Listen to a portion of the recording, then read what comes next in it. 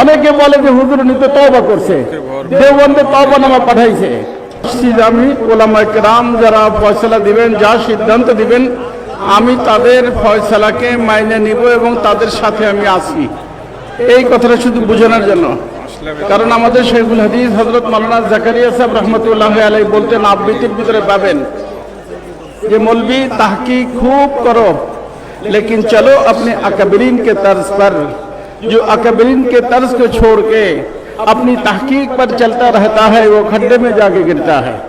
ये अवस्था मौलाना साद साहेबेर হয়েছে।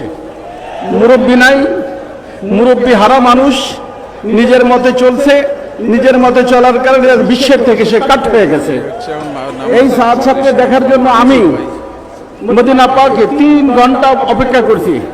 আর সাদ সাহেব আমাকে টুঙ্গির মাঠে নেওয়ার জন্য কয়েকবার গাড়ি পাঠাইছে, আমি ওনার সাথে দেখা করিনি। ওনার সাথে আমার এমনি কোনো দুশ্মনী নাই। ওনার সাথে দুশ্মনী একটাই, সেটা হচ্ছে উনি শরিয়াত, কোরআন এবং হাদিসের অনুযায়ী আহলে হক ওলামায়ে কেরামদের সাথে নাই, আমাদের আকাবেরিনদের সাথে নাই। ভিন্ন মত অবলম্বন করছে, মানে সাজ্জা সুজ্জা, ভিন্ন মত অবলম্বন করলে তার যা হয় তা তার হইছে। অতএব আমরা সকলেই আলহামদুলিল্লাহ একমত। ওনার ব্যাপারে আমরা কোনো ধরনের কোনো যত সময় পর্যন্ত উনি তওবা না করবে আপোষ করতে রাজি নাই। অনেকে বলে যে হুজুর নিতে তওবা করছে, দেওবন্দে তওবানামা পাঠাইছে। মনে রাখবেন, তওবার জন্য 3টে শর্ত। 1 নম্বর শর্ত আইয়ান্দাম আলাইহা, তার কিন্তু কার্যের উপরে সে লজ্জিত হবে। 2 নম্বর শর্ত হলো যে আইয়াখলানিল মাসিয়া, যেই কাজ করছে ওই কাজ ছেড়ে দিবে সাথে সাথে।